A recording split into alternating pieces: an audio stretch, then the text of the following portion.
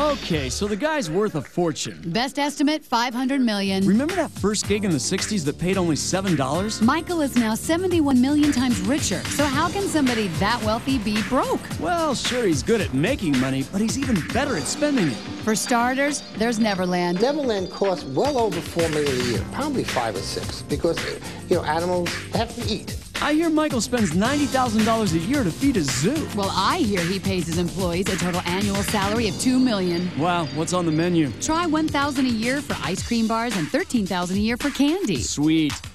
But man cannot live by sweets alone, says Michael's former chef, Johnny Chow. I was at Neverland Valley from 1989 to 1990. I was brought in to get Michael back into poultry and fish.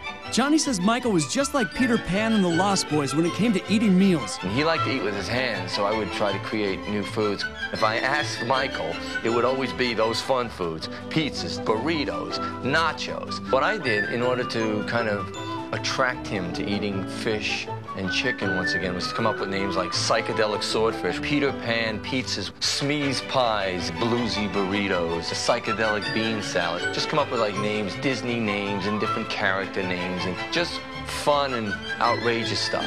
Nothing is too good for the guests at Neverland. Yeah, Johnny tells us that Michael is really the king of pop, soda pop, that is. We had every kind of soda imaginable. Michael wanted his guests to be comfortable. So if you came from Detroit, he wanted to know that the Verner's ginger ale was there.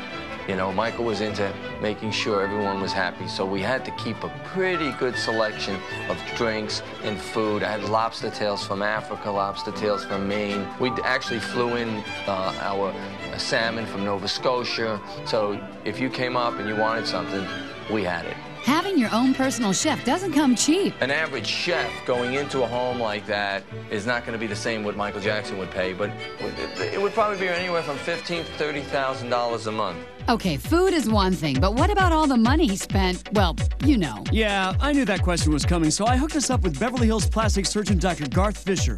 5 or 6 on his nose, maybe some revisional surgeries after that. But Michael says he's only had 2 surgeries. Yeah, but the doctor says it's at least 10 surgeries and $150,000. I think he probably has had cheek implants placed. I think he's also had chin implant and maybe some implants in the angle of his jaw. He's probably had his eyes done, his upper and his lower eyes, and probably his brow lifted also. Here's another thing that raises a few eyebrows. Right. The money Michael spends on a very expensive bleaching cream to manage his alleged skin condition, vitiligo. Noted dermatologist Dr. Derek Jones says the cream, like everything else in Michael's life, is pricey. If an individual was using Benequin on their entire body 3 times a day, it would cost about $100 a day. Treatment length is supposed to be between 1 to 4 months, although certain individuals could certainly use it longer if they wanted to.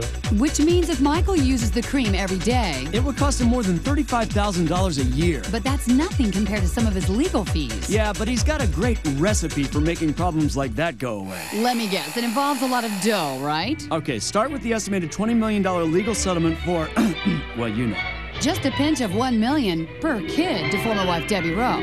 Toss in $36 million for the divorce to Debbie. Add $15 million for the Lisa Marie Presley divorce. Sprinkle $5.3 million in damages from the canceled Millennium concerts. And finally mix in around $53 million in pending lawsuits. Beat it all together and roast over the coals until your image comes out clean. If you really think about it, what do we really know about Michael Jackson? What do we really, truly know? One thing we do know, Michael gives a lot to charity. But is he in danger of becoming his own charity case? Coming up. It's all about that.